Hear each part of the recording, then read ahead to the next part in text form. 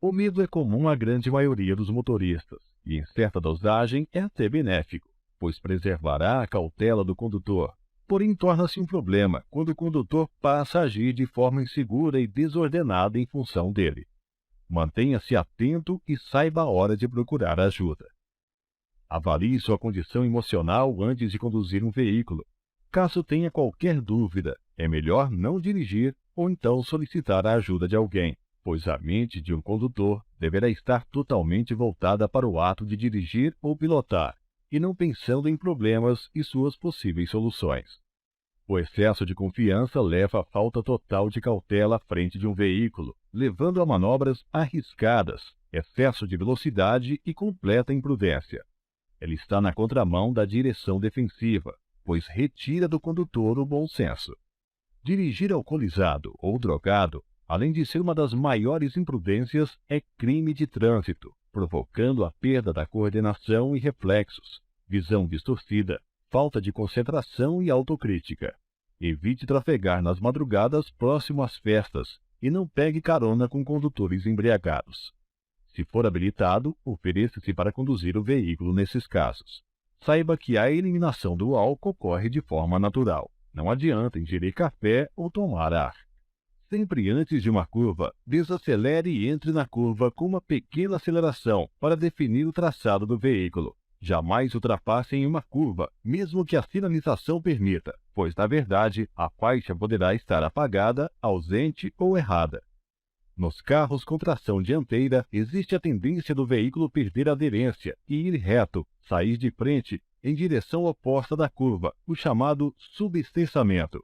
Se isso acontecer, nunca pise no freio para evitar o travamento das rodas e a perda do resto de aderência que ainda existe dos pneus na via. Tire o pé do acelerador e gire o volante para dentro da curva, até retomar a trajetória normal, e reinicie de imediato a aceleração para retomar o traçado da curva. Os carros equipados com tração atrás têm propensão a sair de traseira nas derrapagens em curvas, o chamado sobreestessamento, onde a parte de trás do carro sai lateralmente, não acompanhando a trajetória da curva. Se isso acontecer, nunca pise no freio para evitar o travamento das rodas e a perda do resto de aderência que ainda existe dos pneus da via. Tire o pé do acelerador e gire o volante para o lado contrário da curva, até que o carro aponte para ela novamente e retome a aceleração de forma gradativa. Se seu veículo possui freios ABS, a forma de ação muda, ou seja, pise firmemente nos freios e se preocupe apenas com o controle da direção para voltar ao traçado da pista.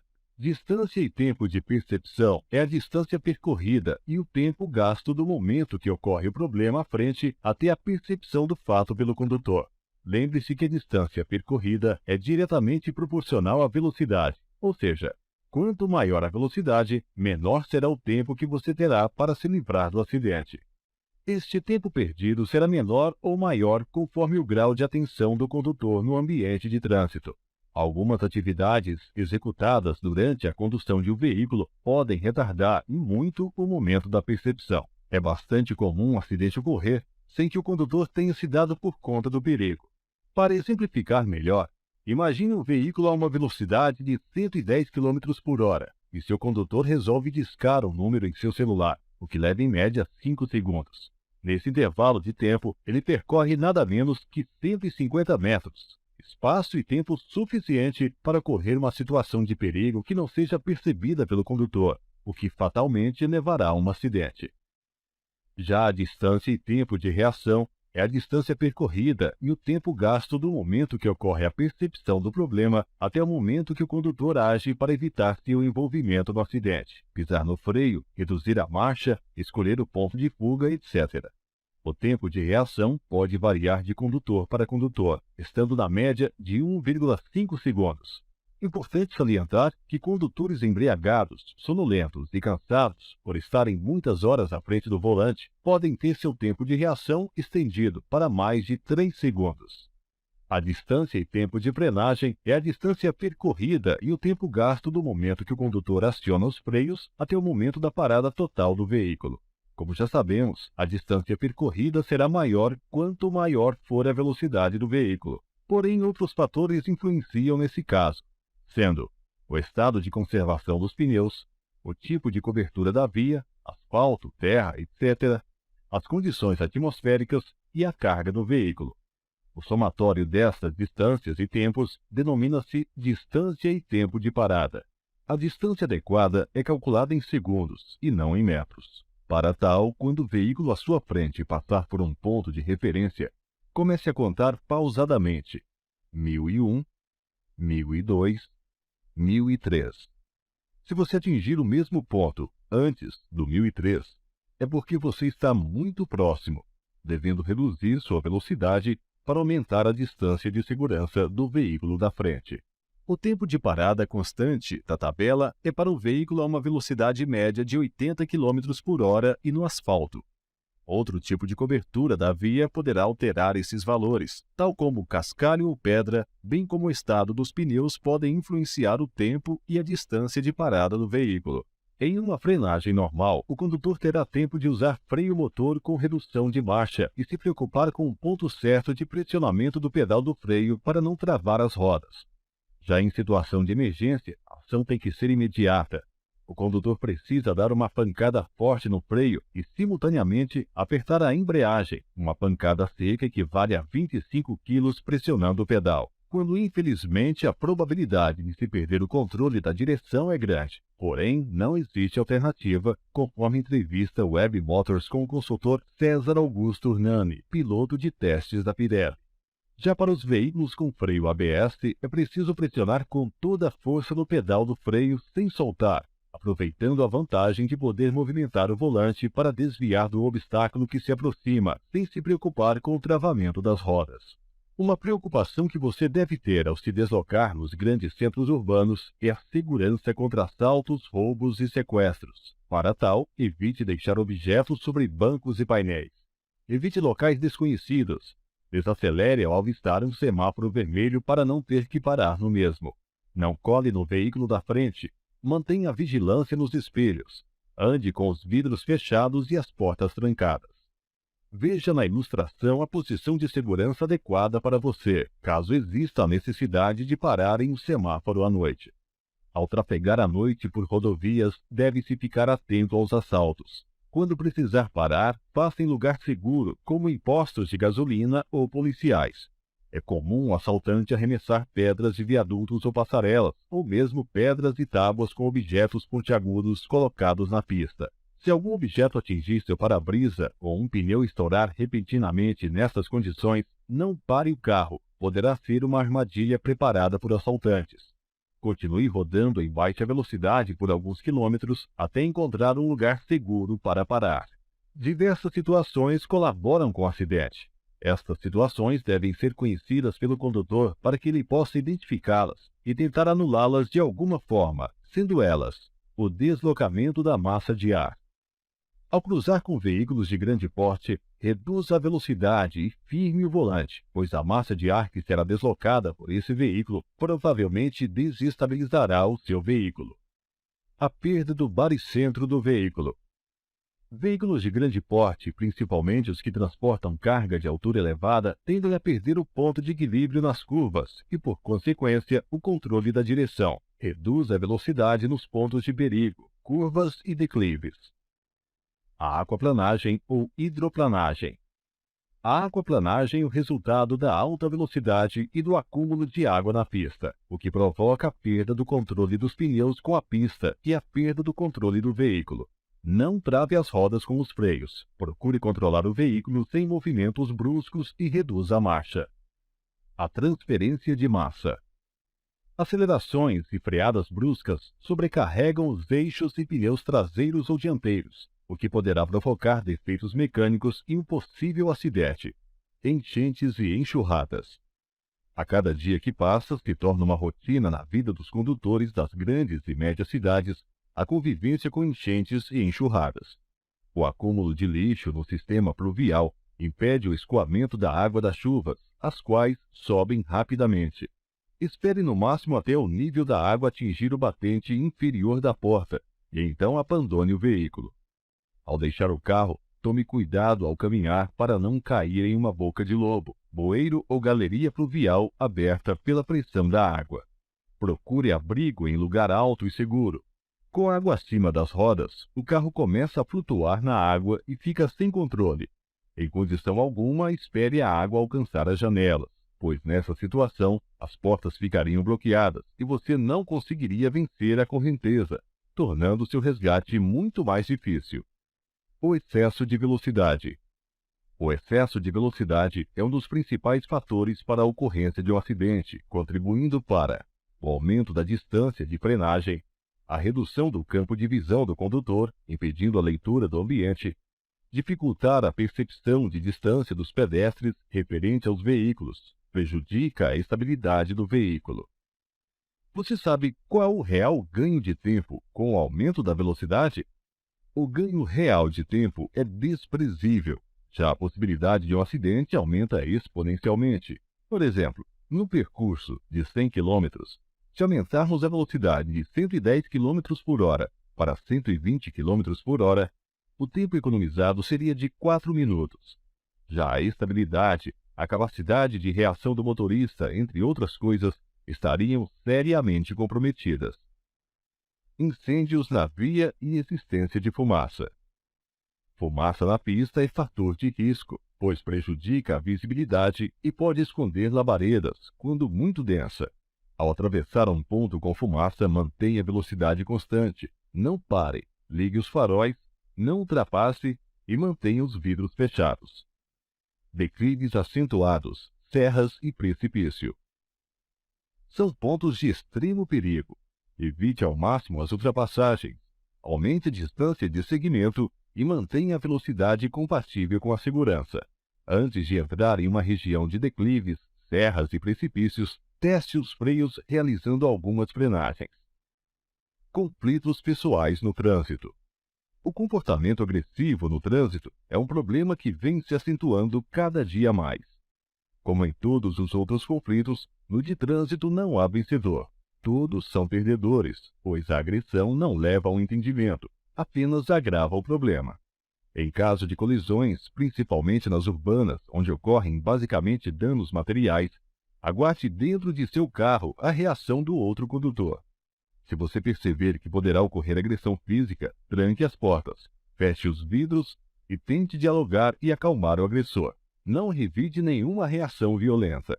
Nos casos em que o agressor sacar uma arma, reaja como se estivesse em um assalto. Não faça movimentos bruscos. Mantenha calma e tente dialogar e acalmar o agressor. Geralmente, a preocupação de quem agride é a possibilidade de ter que arcar com a perda material. Para acalmar o agressor, uma boa maneira é usar a frase: "Não se preocupe, irei pagar seu prejuízo". O cinto de segurança é um dispositivo extremamente simples de ser usado e eficiente na prevenção dos traumas nos acidentes de trânsito. Porém, algumas observações devem ser feitas, tais como: primeiramente, sente-se fundo no banco do veículo, com a postura o mais correta possível. A parte abdominal do cinto deve ser colocada pouco abaixo da cintura, na altura da pelvis, com folga máxima de 2 dedos. O cinto diagonal deve passar pela região central do ombro, sempre tomando cuidado para não ficar torcido e com folga máxima de 3 dedos. A inclinação do encosto do banco dianteiro não deve prejudicar a eficiência do cinto. Trave o cinto, sempre atento ao som característico do travamento. E, por final, tenha o cuidado de ajustar também o encosto de cabeça, regulando na altura dos olhos ou até 3 centímetros acima. As gestantes devem utilizar somente cintos de 3 pontos. A parte abdominal do cinto deve ficar na parte mais baixa do ventre, evitando assim que o bebê seja pressionado. A parte diagonal do cinto deve passar pela região central do ombro e pela lateral do ventre. Mantenha o volante distante do ventre o máximo que for possível, sem comprometer a segurança e a dirigibilidade do veículo. Para crianças de 0 a 1 ano, com até 9 kg, deve-se utilizar a cadeira tipo bebê conforto, presa no cinto e afixada no sentido contrário do movimento do veículo, preferencialmente no centro do banco traseiro. Crianças acima de 1 ano até 4 anos e com peso entre 9 a 18 kg, devemos utilizar cadeira própria, apoiada no encosto do banco e presa pelo cinto de segurança no mesmo sentido do movimento do veículo. Jamais prenda a cadeira somente no encosto do banco, pois ele não suporta o impacto de um acidente. Sempre leia atentamente as orientações do manual de instalação do fabricante da cadeira, a qual deverá conter o selo ou etiqueta de aprovação do Inmetro. Para crianças acima de 4 anos até 7 anos e meio, ou com altura inferior a 1,45 m, um erro muito comum é colocar o cinto passando pelo pescoço. Nesses casos, deve-se utilizar o assento de elevação. Caso não exista, ajuste no próprio cinto, sempre preferencialmente no centro do banco traseiro e utilizando o cinto de 3 pontas. O uso do banco traseiro ou dianteiro é sempre uma dúvida para os condutores e passageiros. Para esclarecê-la, sempre observe: crianças de 0 a 1 ano, em último caso, e não havendo outra opção, a fixação da cadeira do bebê poderá ser feita no sentido contrário à marcha do veículo e no banco dianteiro, desde que não haja airbag instalado. Crianças acima de 1 ano até 4 anos também podem ser transportadas no banco da frente, na cadeira apropriada, em caráter de exceção e no mesmo sentido da marcha do veículo, desde que não haja airbag instalado. Crianças acima de 4 anos até 7 anos e meio também podem ser transportadas no banco da frente, com o uso de assento de elevação, em caráter de exceção e no mesmo sentido da marcha do veículo, e caso existam airbags instalados, estes não podem possuir dispositivo tipo bandeja. Não havendo impedimento por parte do manual do usuário do veículo, o banco dianteiro deverá ser recuado em seu ponto máximo.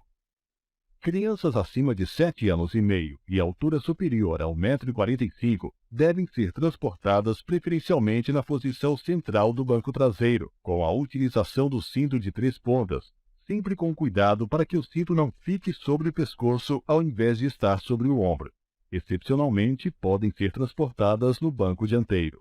Existem algumas exceções permitidas pela legislação, sendo: nos veículos tipo picape, o transporte de crianças com menos de 10 anos do banco da frente é permitida pela legislação, porém, evite ao máximo tal situação. Não sendo possível, utilize os recursos necessários para garantir a segurança da criança, assento suplementar, desativação do airbag, etc. Na hipótese do transporte de menores de 10 anos excederem a capacidade de lotação do banco traseiro, será admitido o transporte daquele de maior estatura no banco dianteiro, sempre com a utilização dos recursos necessários para garantir a segurança da criança, assento suplementar, desativação do airbag, etc.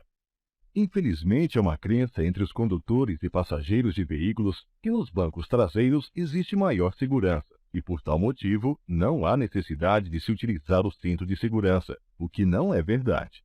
Um passageiro sem cinto, além de estar vulnerável aos mecanismos do acidente, é uma ameaça para os ocupantes dos bancos dianteiros, pois em um acidente seu corpo será projetado para frente e seu peso corporal multiplicado diversas vezes, ocasionando a ruptura do cinto dianteiro e o esmagamento do passageiro da frente. Existe uma situação ainda mais grave quando uma criança é conduzida no colo. Essa criança é literalmente esmagada quando ocorre uma freada brusca. O uso de capacete motociclístico é obrigatório para o piloto e passageiro de veículos de 2 rodas, triciclos, quadriciclos e ciclomotores, bem como o cumprimento das seguintes regras. O capacete tem de estar devidamente afixado à cabeça pela jugular e engate por debaixo do maxilar inferior. Capacetes fabricados a partir de 1º de agosto de 2007 devem possuir selo ou etiqueta interna com a logomarca do Inmetro. O estado geral do capacete deve ser bom, sem avarias ou danos que o deixem inadequado para o uso. Devem existir dispositivos retrorefletivos de segurança na frente, atrás e nas laterais, com uma área mínima de 18 cm². Deve-se usar viseira abaixada, protegendo os olhos ou óculos de proteção. No período noturno, a viseira ou óculos de proteção devem ser do padrão cristal. Prefira os capacetes fechados e de cor clara, pois oferecem maior visibilidade e segurança, bem como os de engate rápido, pois assim evita a situação do motociclista não usar o equipamento em pequenos percursos, por preguiça de afixá-lo, ou ainda utilizá-lo com a jugular solta. Utilize calçados fechados e firmes, roupas fechadas, preferencialmente couro ou jeans. Uma dica: Iniciar a prova sem estar com o capacete devidamente ajustado à cabeça, ou sem viseira ou óculos de proteção, é uma falta eliminatória no teste de pilotagem do Detran. Evite o ponto cego. Veja o rosto do motorista no retrovisor, pois assim você garante estar fora da zona de perigo. Utilize capacete e roupas de cores claras e ande sempre com a luz baixa acesa. Sinalize com antecedência sua intenção de manobra e utilize os retrovisores com eficiência e frequência. É muito comum acionar a chave da seta indicadora de direção e esquecer a mesma ligada. Tome cuidado, pois tal descuido poderá causar um acidente. Por ser um veículo pequeno e ágil, o uso da buzina deve servir para alertar os demais condutores de sua presença, sempre em toques breves. Não hesite em usar, pois poderá evitar um acidente. Evite andar nos corredores com os veículos em movimento. Para andar entre os veículos parados, tenha cuidado com os pedestres que surgem de repente. Nos cruzamentos, mesmo que a preferência seja sua, cuidado com os condutores imprudentes e que disputam o espaço com motociclistas. Nesses lugares, reduza bastante a velocidade, tenha cuidado nas conversões à esquerda, não realize ultrapassagens e evite os pontos cegos. Cuidado ainda ao arrancar no semáforo logo após ele abrir, pois muitos condutores tentam aproveitar o finalzinho do sinal amarelo e acabam passando no vermelho. Freie progressivamente, sem travar as rodas e utilize aproximadamente 70% do freio dianteiro por 30% do traseiro com auxílio de freio motor. Algumas motos possuem sistema de freios combinados ou ABS. Se for a primeira vez que você está pilotando a motocicleta, faça um teste da sensibilidade dos freios antes de sair para a pilotagem. Procure não acionar os freios de forma contínua, mas sim de forma intermitente, pois eles aquecerão e perderão sua eficiência.